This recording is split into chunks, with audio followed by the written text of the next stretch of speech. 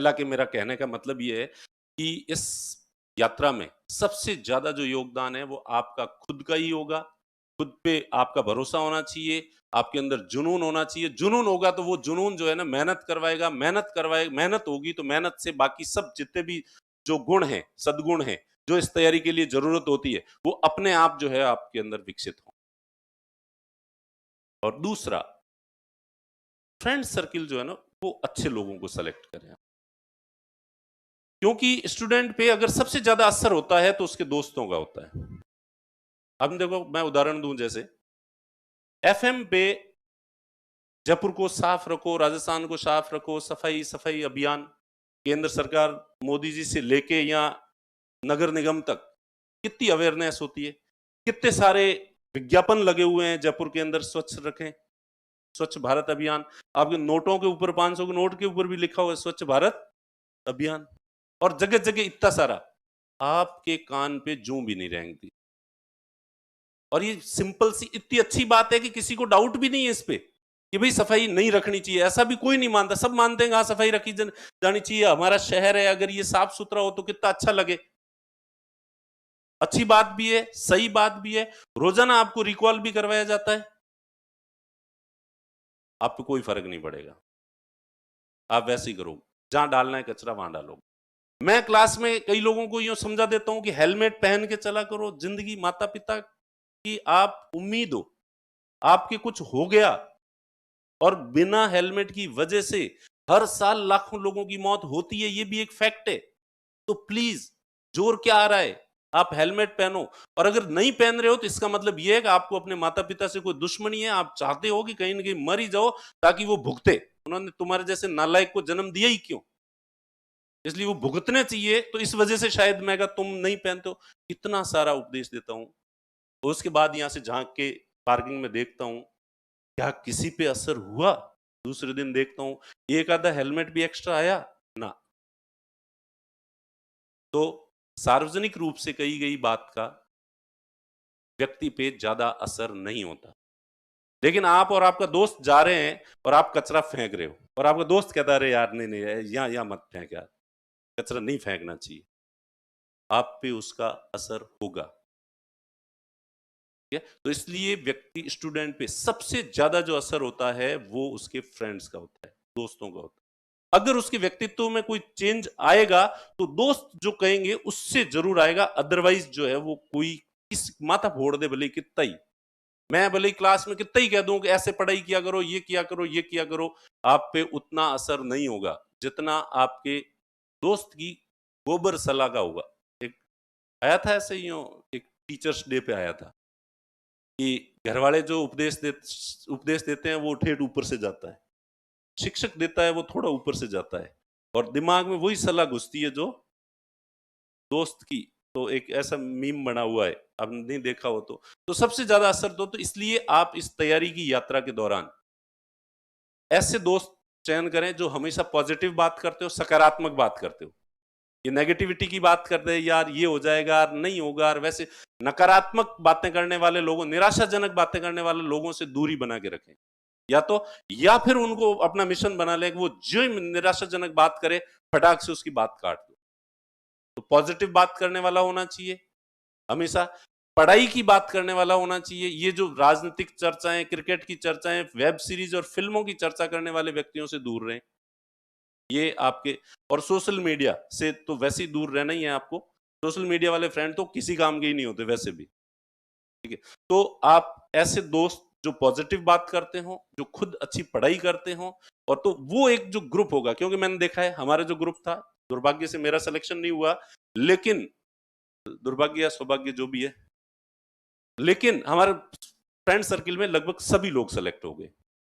इस बार वाला हमारा जो रिजल्ट है उसमें जितने भी ये सेलेक्ट होके आते हैं सब लोगों का ये कि ऐसे 3-3 बेंच जो है वो पूरी की पूरी सेलेक्ट हुई है। और वो एक तो आए और उन्होंने कहा कि सर हमारी इन 3 बेंचों को तो जो है ऐतिहासिक धरोहर में घोषित किया जाना चाहिए, और इस पे जो भी स्टूडेंट बैठे उनसे डबल फीस ली जानी चाहिए। ये 3 बेंच ऐसी है जहां से तीनों बेंच में बैठने वाले सारे के सारे जो है एक साथ सेलेक्ट हुए। ऐसी खूब सारी बेंचें हैं। तो और हमने सब में एक कॉमन चीज देखी कि जो भी पास हुए हैं वो पूरा पूरा ग्रुप हुआ है। और फिर उन्होंने कहा कि सर हम जो भी टेस्ट देते थे तो यहां से टेस्ट की कॉपी लेते थे और एक दूसरे से चेक करवाते थे वापस। और वो टीचर ने कमेंट लिखा है उसका हमारे ऊपर इतना असर नहीं पड़ता था, लेकिन बराबर वाला दोस्त अगर कोई कमी निकाल देता था तो वो ऐसी चुभती थी कि फिर वो कमी गलती दोबारा जो है वो नहीं होती थी। तो ये रोल जो है वो आप जरूर इस तरह का एक ग्रुप आपका होना चाहिए, छोटा सा ग्रुप होना, छोटा सा 4 5 6 लोगों का, जिसमें और फिर एक दूसरे की जो कमी है निकालता है तो उसको सहर स्वीकार करने का हिम्मत भी होनी चाहिए। ऐसा है कि भाई कोई दोस्त अगर कमी निकाल दे तो आप नाराज हो जाओ, ऐसा भी नहीं होना चाहिए। तो उस तरह के जो कूल माइंडेड पॉजिटिव बात करने वाले और मेहनत करने वाले ऐसे लोगों का ग्रुप जो है आपका होना चाहिए, जहां भी जैसे भी आप जो है वो पढ़ो। और उसके बाद कोचिंग इंस्टीट्यूट, वैसे तो देखो कोचिंग संस्थान, मैं तो यही कहूंगा, ये तो नहीं कह सकता कि, वैसे तो कहता हूं कि भाई बिना कोचिंग वालों का भी सिलेक्शन तो होता है। ऐसा नहीं है कि सारे कोचिंग इंस्टीट्यूट में पढ़ के ही सिलेक्ट होते हैं। और दूसरी बात ये है कि वास्तव में जो सिलेक्शन होगा कोचिंग में आने के बाद भी खुद की पढ़ाई से ही सिलेक्शन होता है। कोचिंग इंस्टीट्यूट तो निमित्त मात्र होता है। कोचिंग का रोल क्या, फायदा क्या होता है? नुकसान तो ये है कि भाई आपको पैसे देने पड़ेंगे, ठीक है। और फायदा ये है कि एक तो नियमितता बन जाती है आपकी। आपकी क्लास है सुबह 7 बजे से और 1 बजे तक क्लास है तो आपको 6 बजे उठना ही पड़ेगा। भले आपको कितनी नींद आ रही है तो आपके पास कोई बहाना नहीं है, ठीक है। तो आप 1 बजे आओ, 7 बजे आओगे, 1 बजे जाओगे, 1 बजे घर जाओगे, थके हुए होगे, खाना खाओगे, सो जाओगे, शाम हो जाएगी। फिर शाम को अगर यार रिवीजन करना है और कल वापस जो है क्लास में सर पूछेंगे तो उसका जवाब देना है। तो ये इतना प्रेशर होता है कि इस प्रेशर में आपकी जो है पढ़ाई हो जाएगी।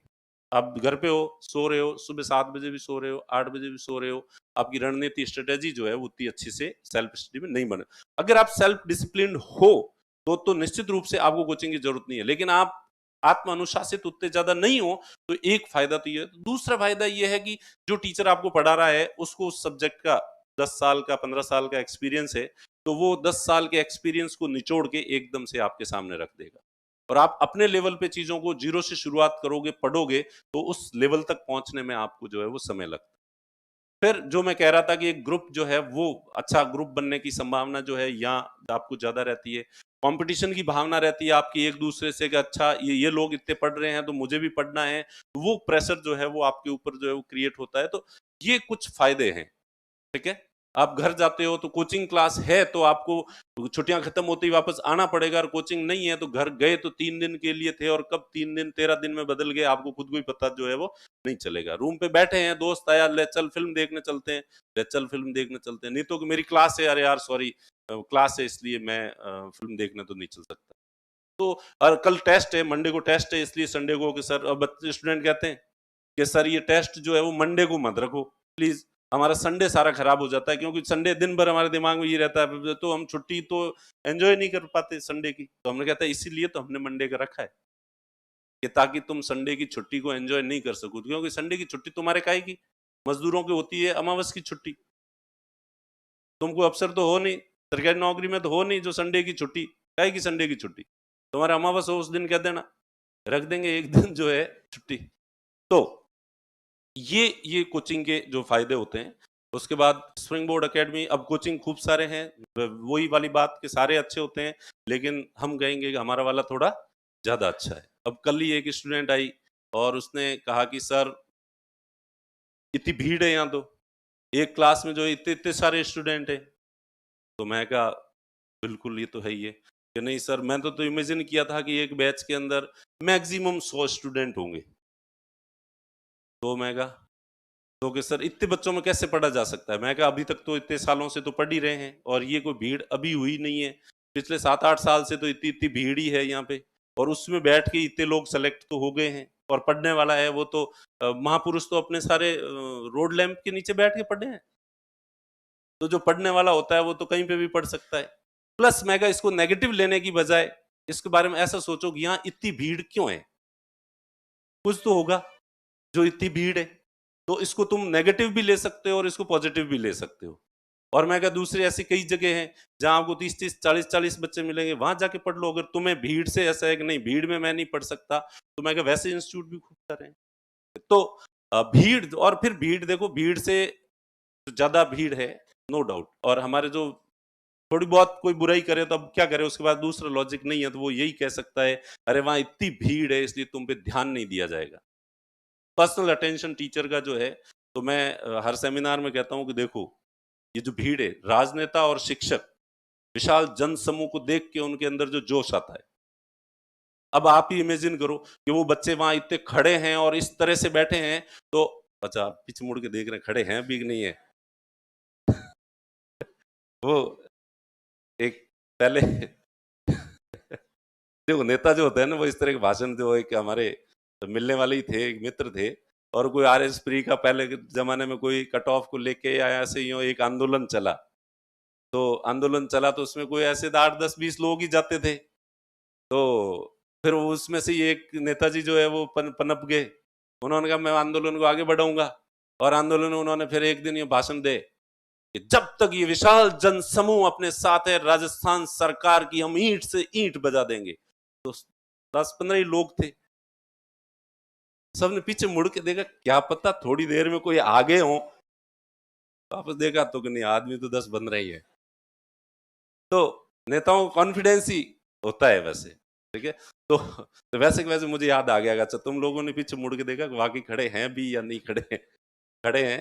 अभी ऑनलाइन वाले कंफ्यूज हो रहे हैं कि ये वास्तव में कितनी भीड़ है और कितनी नहीं है।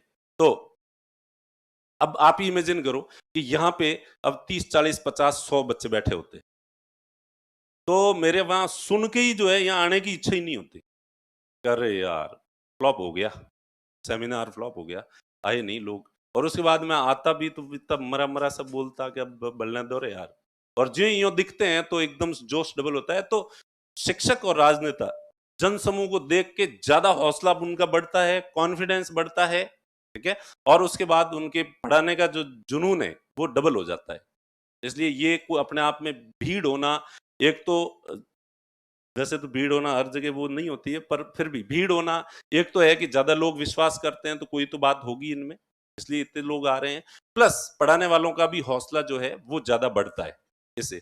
रही बात पर्सनल अटेंशन की, तो निश्चिंत रहो, तुम में से पढ़ने वाले इतने लोग होते ही नहीं है कि पर्सनल अटेंशन की किसी को जरूरत रहती है। कई कारणों से, एक तो क्लास में ही हम टॉपिक को इतना क्लियर कर देते हैं और उसी समय कह देते हैं कि भाई किसी को ही समझ में नहीं आया तो बोलो, ठीक है।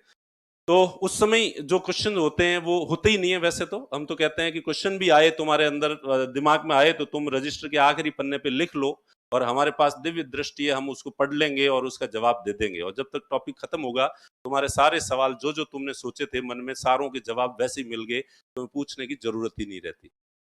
सबसे पहली बात तो ये। फिर भी कुछ रह जाते हैं जो हमारी दिव्य दृष्टि में नहीं आते हैं, तो उसका जवाब हम दे देते हैं। उसके बाद हम रोजाना जब वापस पूछते हैं दूसरे दिन, तो चलो कल जो पढ़ाया था तुम्हें याद करवा के भेजा था, यहां से याद करवा के भेजते हैं हम, आज किस किस को याद है पूरा। तो उसमें से 8 या 10 लोग जो है हाथ खड़ा करते हैं, बाकी वाले, सर फ्रेंड का बर्थडे था, सर फ्रेंड बीमार हो गया था, हॉस्पिटल लेके गया था, सर पापा आ गए थे, सर रूम शिफ्ट करना था। तो बहानों की इतनी लंबी लिस्ट है, ये सब कुछ हो जाते हैं, लेकिन कल जो पढ़ाया था वो याद नहीं होता। तो जब कल पढ़ाया था वो याद नहीं होता है, वही याद नहीं होता है, तो डाउट तो कहां से होंगे। तो हम तो ढूंढते हैं, पकड़ते हैं, ला भाई तेरा कोई डाउट हो तो। पेरेंट्स आते हैं कि इस बच्चे का स्पेशल ध्यान रखना, वो करना, वैसे करना, तो हम कहते हैं भाई देखो इतने सारे बच्चे हैं, हमें इस तेरी शक्ल और नाम भी तब याद रहेगा जब तू बार बार हमारा माथा खाएगा। और जो स्टूडेंट हमारा माथा खाते हैं, हमें बार बार पूछते हैं, वो हमें बहुत अच्छे लगते हैं। हमें लगता है कि ये ही हैं वो लोग जो हमें रिजल्ट देंगे, इसलिए हम उनका विशेष ध्यान रखते हैं, मन रखते हैं। और अभी तो हमारे जितने भी ये सेलेक्ट हुए हैं, अब जब तक वो ट्रेनिंग में नहीं बुलाते हैं, तो खूब सारे टॉपर्स जो है यहाँ हमेशा बैठते हैं, और हमारे मेंस के और फाउंडेशन के जितने भी स्टूडेंट्स हैं उनको किसी भी तरह का गाइडेंस, आंसर राइटिंग प्रैक्टिस वगैरह जो है, तो वो रोजाना हमेशा ही अवेलेबल जो है वो यहाँ पे रहते हैं। तो यहाँ आपके डाउट क्लियर करने वाले खूब लोग होते हैं। पर दिक्कत ये है कि डाउट होते ही नहीं है, क्योंकि डाउट होने के लिए पढ़ाई